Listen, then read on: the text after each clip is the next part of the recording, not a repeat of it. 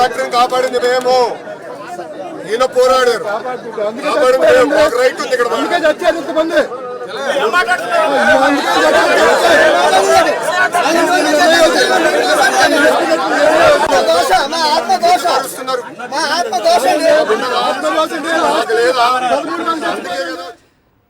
Right, ఇదే అంశంపై మాజీ మంత్రి గుడివాడ అమర్నాథ్ స్పందించడానికి ఆయన మనకు అందుబాటులోకి వచ్చారు. మాట్లాడదాం.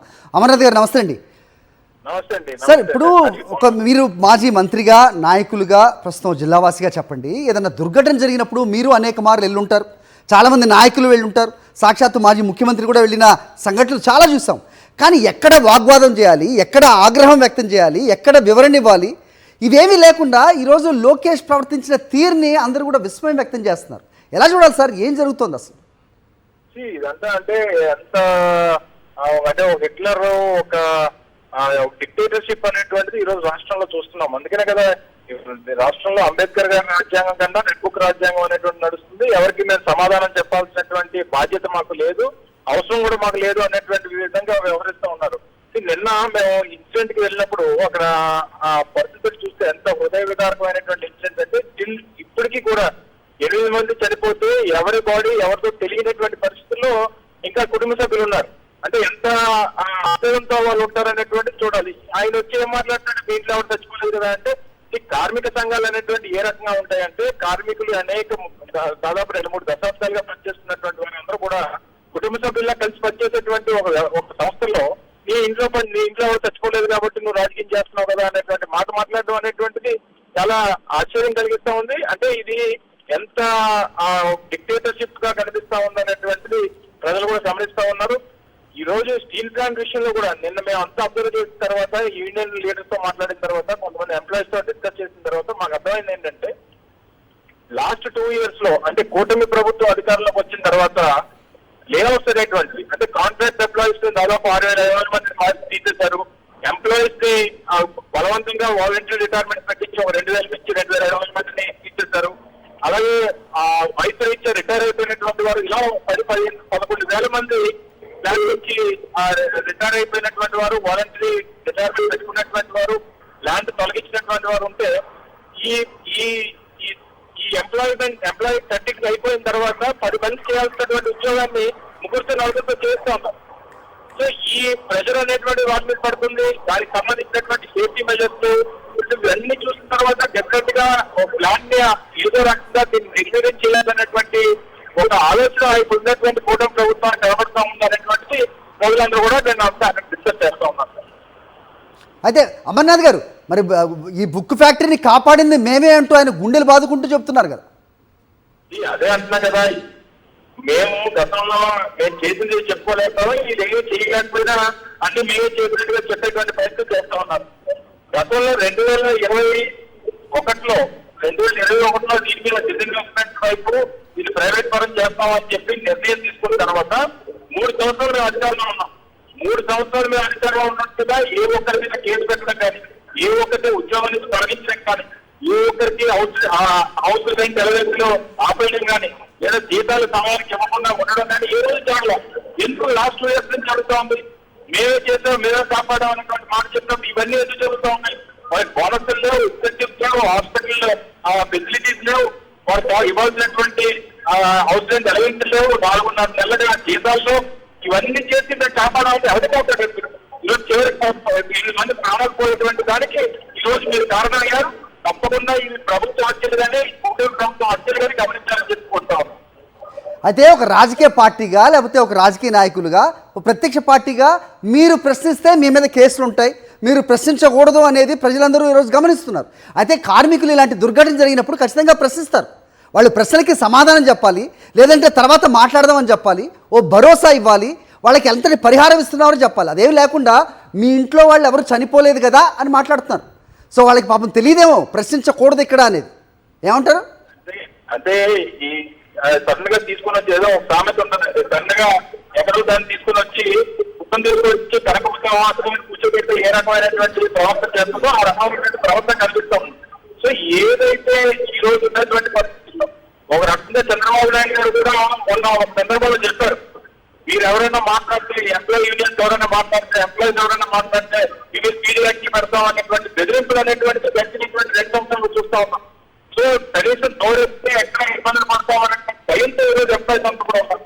సో ఈ రకమైనటువంటి ఒంటెత్తి పోకలతో, ఈ రకమైనటువంటి కేంద్రంతో ధోరణితో ఎక్కువ కాలం నిలబడం తప్పకుండా 2.0 అనేటువంటి వస్తుంది. 2.0 మీరు ఏ రకంగా ప్రదర్శించి ఆ వ్యతిరేకమైనటువంటి తప్పకుండా నిలచూడవలసినటువంటి పరిస్థితి. అమర్నాథ్ గారు, మీ ఫోన్ లైన్లో కొంచెం డిస్టర్బెన్స్ గమనిస్తున్నామండి. నా మాట వినిపిస్తుందా మీకు అమర్నాథ్ గారు? గతంలో ఒక కెమికల్ ఫ్యాక్టరీలో గ్యాస్ లీక్ అయ్యి జరిగిన దుర్ఘటనలో మీ ప్రభుత్వం రాగానే ₹1 కోటి ఎక్స్గ్రేషియా ప్రకటించింది.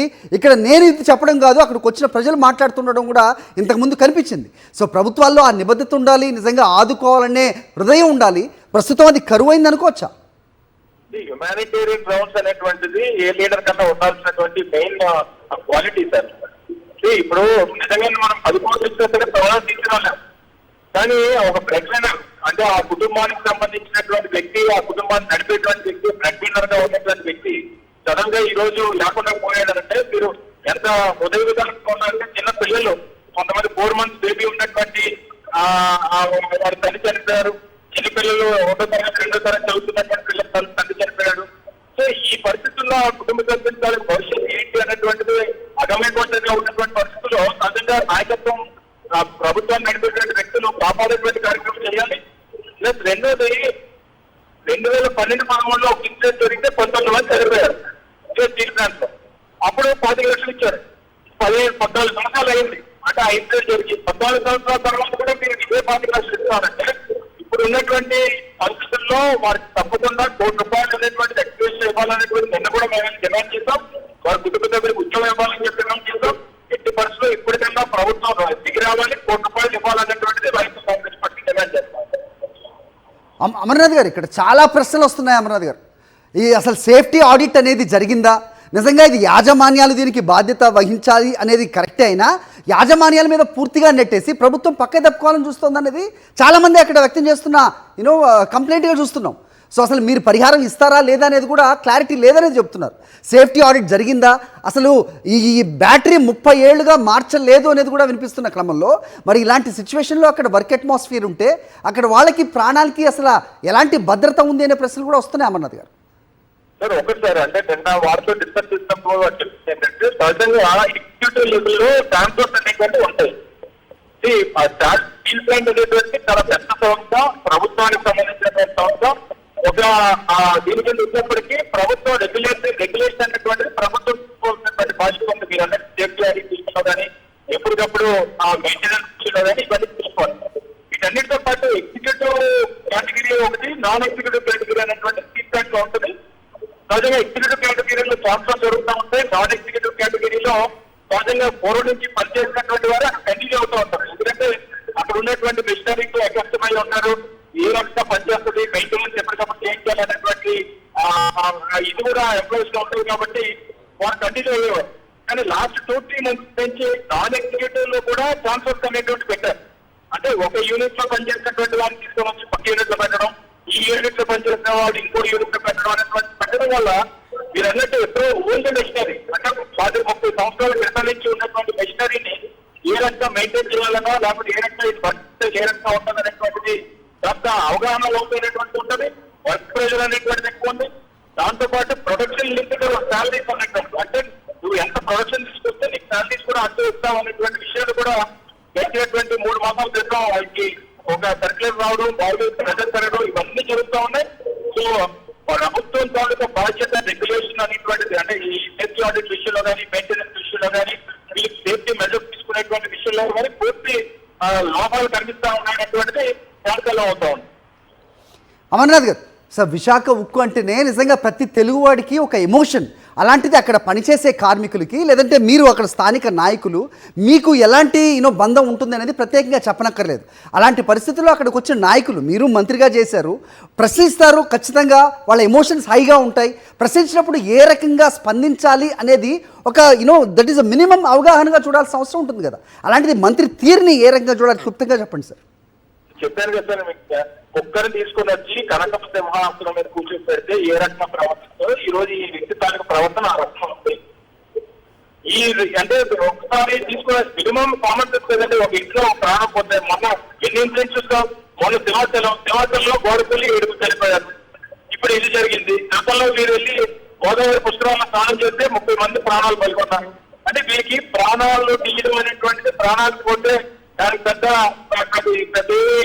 నష్టం లేదు అనేటువంటి అభిప్రాయం వాళ్ళకు ఉన్నటువంటి వ్యక్తితో ఏం మాట్లాడతాం. అటువంటి వ్యక్తిత్వం ఉన్నటువంటి వ్యక్తులు ఈ రోజు మన ప్రభుత్వాన్ని నడుపుతూ ఉన్నారంటే మన రాష్ట్ర పోలీసు చేసుకున్నటువంటి దౌర్భాగ్యంగానే చూడాలి. థ్యాంక్ యూ అమర్నాథ్ గారు.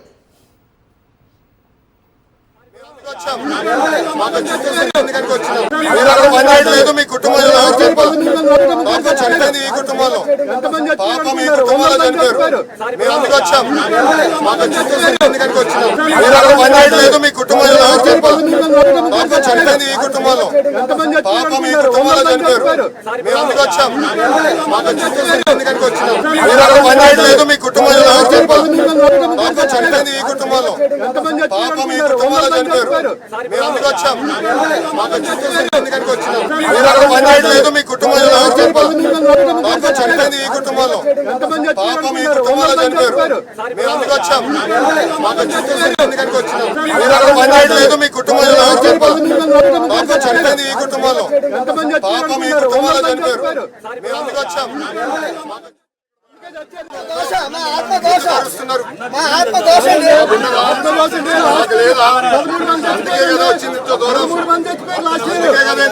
మీరు వచ్చి రాజకీయం చేయాలంటే బయటికి వెళ్ళొచ్చు.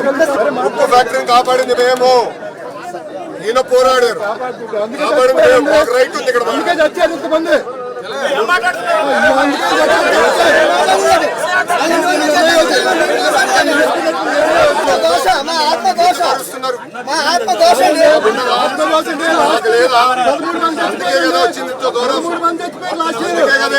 మీరు వచ్చి రాజకీయం చేయాలంటే బయటికి వెళ్ళొచ్చు.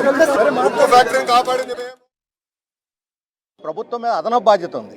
మేము వచ్చి పరామర్శించి, మంత్రి గారు వచ్చి తేడా ఏమిటి? మంత్రి గారు భరోసా ఇవ్వాలి, వాళ్ళకు ఒక స్ఫూర్తిని ఇవ్వాలి. మాకు భవిష్యత్తు ఉందని, మేము భవిష్యత్తు మీ జీవితాంతం ఆదుకుంటామని చెప్పారు తప్ప ఎలా ఆదుకుంటారనే విషయం చెప్పలేదు. అది కీలకమైనటువంటి అంశం. నిర్దిష్టంగా ప్యాకేజీ ప్రకటించకుండా ఆయన పార్టీకి ఆయన వెళ్ళిపోయారు. కనీసం మీడియాతో కూడా మాట్లాడలేదు. ఇది ఏమాత్రం బాగాలేదు, సంతృప్తికరంగా లేదు. ఇప్పుడైనా సరే ఆయన అక్కడికి హాస్పిటల్కి వెళ్ళి దర్శించిన తర్వాత ఫ్యాక్టరీ గేట్ దగ్గర అయినా సరే పూర్తి స్థాయి ప్యాకేజీని